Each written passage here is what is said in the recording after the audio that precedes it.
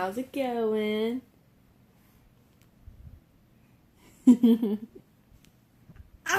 Yeah.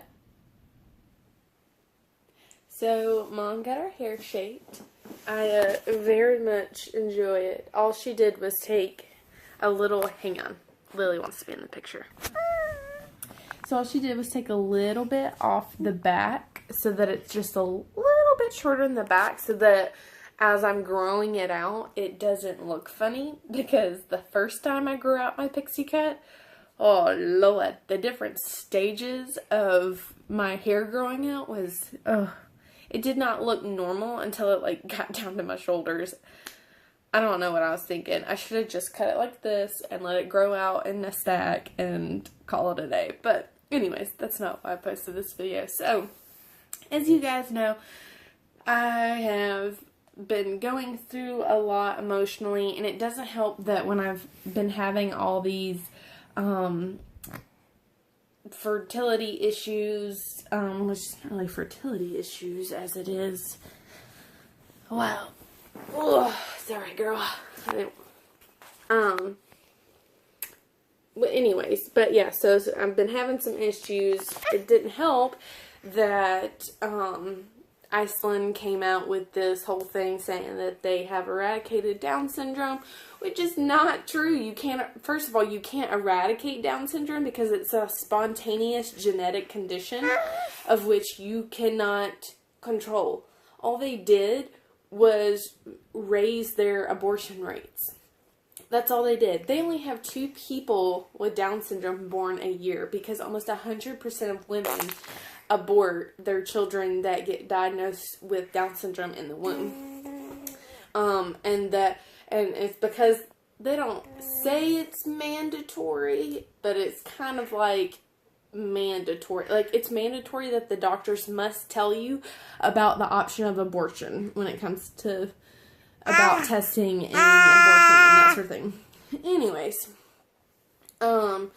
so what's happening is those women are just being told, hey, take this test. They take the test and they're being, hey, you can abort your baby. It's medically okay to abort your baby. And then that's all what they're being told. That's the only thing they're being told. They're not given appropriate information. And so this is not even about whether a woman has the right to abort or not. This is about deeming whose lives matter and don't matter. That's what this argument is about. And I've been seeing some very, very awful comments about people with Down syndrome, and it has been breaking my heart. But today, I remember the sermon that we had a couple of Sundays ago. This man came to our church who, sorry you guys, my arm's getting tired from holding this phone, that is dying of cancer. He has terminal cancer, and he's dying. So there's really no turning back. You know, he's asked for healing, but, you know, he's pretty sure, like, you know, he's, I guess, not going to get it, so to say. That instead God is using this as a platform for him to speak, because he's not a speaker, but has used this to be a platform for him to speak about Jesus and that sort of thing.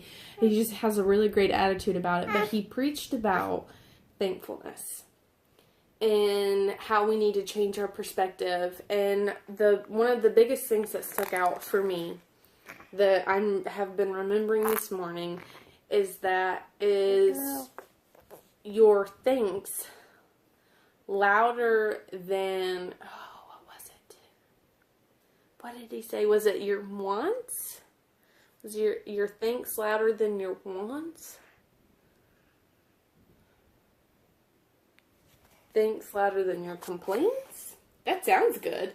I don't think that's what that was. Anyway, so just, saying that your thanks being the loudest thing to God. And most certainly, my thanks has not been louder than my complaints or my wants and that sort of thing. And I've just recently, God's been changing my perspectives on a lot of things, like her reflex and that sort of thing. And yeah, and so I remember it today. So like, I've been telling myself every time I see another pregnancy announcement, someone's pregnant, you know, and I get sad and I'm like, oh, I really wish that, like, I want that. I just start saying, thank you, God, for that beautiful blessing that I love so much. Yes, I love you so much. Yes, I do. Mwah! And I begin, every time I get sad about my miscarriage and stuff like that, I begin to just thank God and thank Him. And when I start getting frustrated about no one wanting to do tests, I start thanking Him for Lily, because at least I have Lily, and I've joined a trying to conceive support group, infertility support group, which has been great because those women are amazing, and it's been great since I've joined it, and I'm really glad I did. Yeah, so I guess that's what this video is about, is, you know, crap's gonna happen, life is gonna happen. You know, God doesn't promise us this fantastic life here on earth. He just promises us paradise. So, I mean, even Jesus said, you know, you're gonna have crap happen. So, I am just focusing. Someone cut off the video, making sure that I continue to thank God for all that He has blessed me with. And I hope you guys get some inspiration for that. If you want to see the inspiring sermon, you can go to desperationchurch.tv, or look Desperation Church up on Facebook. That is my church. I'm sure it's like, and you can look up sermons.